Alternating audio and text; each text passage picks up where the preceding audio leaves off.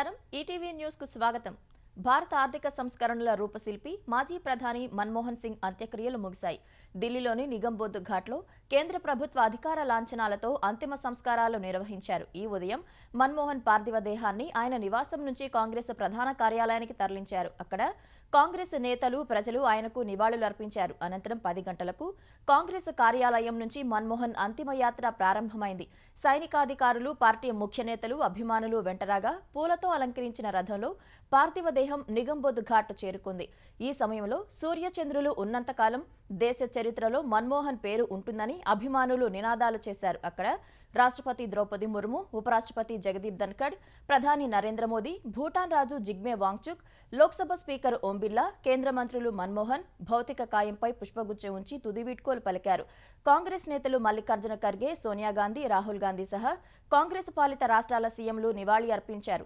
సిక్కుమత సంప్రదాయాల ప్రకారం ప్రార్థనలను నిర్వహించిన తర్వాత చితిని పేర్చి పార్థివ దేహాన్ని దహనం చేశారు. మాజీ ప్రధాని మన్మోహన్ సింగ్ కు తెలంగాణ శాసనసభ ఎల్లుండి సంతాపం తెలుపనుంది. ఈ మేరకు 30న శాసనసభను సమావేశపరుస్తున్నట్లు శాసనసభ కార్యదర్శి నరసింహాచార్యులు తెలంగాణ ఎమ్మెల్యేలకు లేఖ రాశారు. ఈ నెల 30న ఉదయం 10 గంటలకు 4వ సెషన్కు సంబంధించిన 2వ సమావేశాన్ని ఏర్పాటు చేస్తున్నట్లు తెలిపారు. ఈ సమావేశం మన్మోహన్ కు సంతాపం తెలపడానికి మాత్రమే పరిమితమయ్యే అవకాశం ఉంది. ఫార్ములా ఈ రేసింగ్ వ్యవహారంలో బీఆర్ఎస్ కార్యనిర్వాహక అధ్యక్షుడు కేటీఆర్ కు ఎన్ఫోర్స్మెంట్ డైరెక్టరేట్ ఈడీ నోటీసులు జారీ చేసింది. జనవరి 7న విచారణకు హాజరు కావాలని నోటీసుల్లో ఈడీ పేర్కొంది. అప్పటి పురపాలక శాఖ ప్రత్యేక ప్రధాన కార్యదర్శి అరవింద్ కుమార్, అప్పటి చీఫ్ ఇంజనీర్ బిఎల్ఎన్ రెడ్డిలకు కూడా ఈడీ నోటీసులు జారీ చేసింది. అరవింద్ కుమార్ను జనవరి 2న, బిఎల్ఎన్ రెడ్డిని జనవరి 3న విచారణకు హాజరు కావాలని ఈడీ తన నోటీసుల్లో స్పష్టం చేసింది. ఫార్ములా ఈ కార్ రేసు వ్యవహారంలో ఎలాంటి అనుమతులు లేకుండా విదేశీ సంస్థలకు నిధుల బదిలీ వ్యవహారంలో ఏసీబీ నమోదు చేసిన ఆధారంగా కేసు నమోదు చేసిన ఈడీ ఇప్పటికే ఏసీబీ నుంచి వివరాలు సేకరించింది. హెచ్ఎండిఏ బ్యాంకు ఖాతా నుంచి యూకేలోని ఎఫ్ఈఓ సంస్థ ఖాతాకు జరిగిన నగదు బదిలీపై ఈడీ దృష్టి సారించింది. 2023 అక్టోబర్లో సుమారు 54.88 కోట్లను యూకే అధికారిక కరెన్సీ బ్రిటిష్ పౌండ్ రూపంలో బదిలీ చేసిన ఉదంతంపై ఈడీ దర్యాప్తు చేస్తుంది. ఈ వ్యవహారంలో ఫెమా, మనీ లాండరింగ్ చట్టాల ఉల్లంఘనలపైనే ఈడీ ప్రధానంగా దృష్టి సారించింది. విదేశీ సంస్థలకు బదిలీ చేసిన నిధులు అంతిమంగా ఎవరి ఖాతాకు వెళ్లాయనే అంశంపై ఈడీ కూపీలాగనుంది.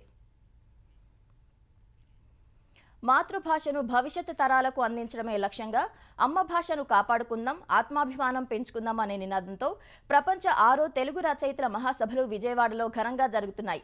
కాకరపర్తి భావనారాయణ కళాశాల ప్రాంగణంలో 2 రోజులు జరిగే ఈ మహాసభలను జస్టిస్ ఎన్వి రమణ, మార్గదర్శి ఎండి శైలజా కిరణ్, పలువురు ప్రముఖులు జ్యోతి ప్రజ్వలన చేసి ప్రారంభించారు. తెలుగు తల్లి విగ్రహానికి పూలమాల వేసి వందనం సమర్పించారు. పొట్టి శ్రీరాములు, రామోజీరావు విగ్రహాలకు అంజలి ఘటించారు. పొట్టి శ్రీరాములు సభా ప్రాంగణంలోని చెరుకూరి రామోజీరావు ప్రధాన వేదికతో పాటు అద్దెపల్లి రామ్మోహన్ రావు, రామషాపేరిట మరో 2 వేదికల్లో సదస్సులు, కవిత, సాహిత్య సమ్మేళనాలు నిర్వహిస్తున్నారు. ప్రపంచ తెలుగు రచయితల సభలకు రామోజీరావు వెన్నుదన్నుగా నిలిచారని మండలి బుద్ధప్రసాద్ గుర్తు చేసుకున్నారు.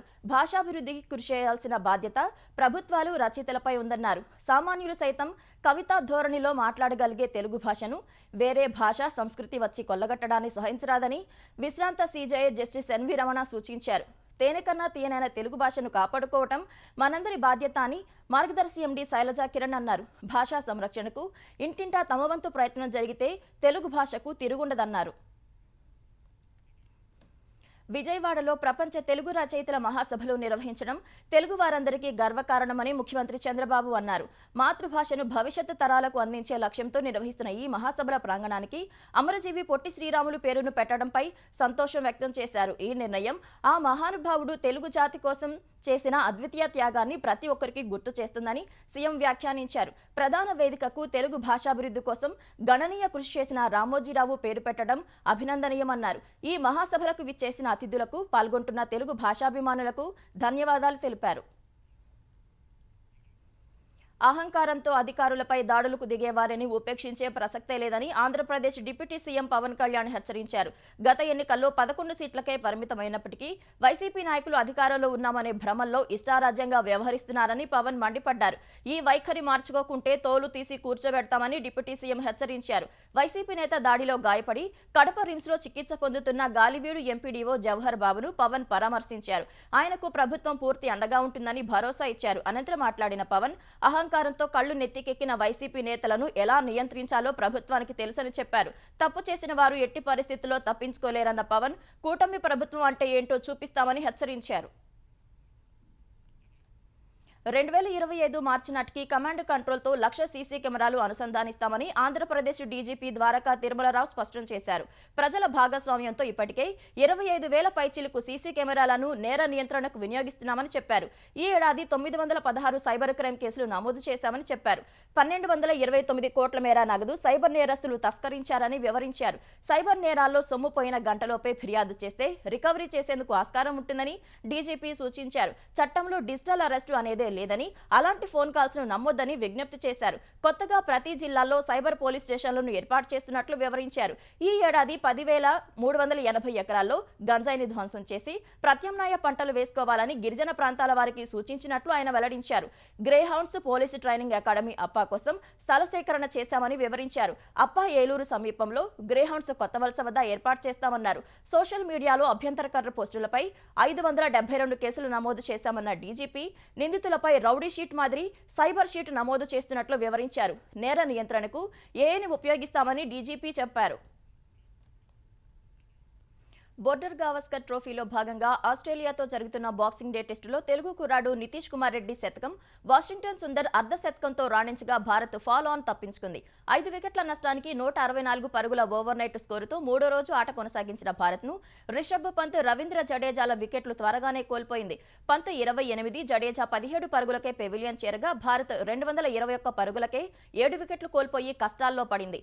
ఈ దశలో వాషింగ్టన్ సుందర్, నితీష్ రెడ్డి ఆచితూచి ఆడుతూనే స్కోరు బోర్డును నడిపించారు. ఈ క్రమంలో ఇరువురు అర్ధశతకాలు చేయడం సహా 8వ వికెట్కు 127 పరుగులు జోడించారు. 50 పరుగుల వ్యక్తిగత స్కోరు వద్ద సుందర్ వెనుదిరిగా తర్వాత వచ్చిన జస్ప్రీత్ బుమ్రా డకౌట్ అయ్యాడు.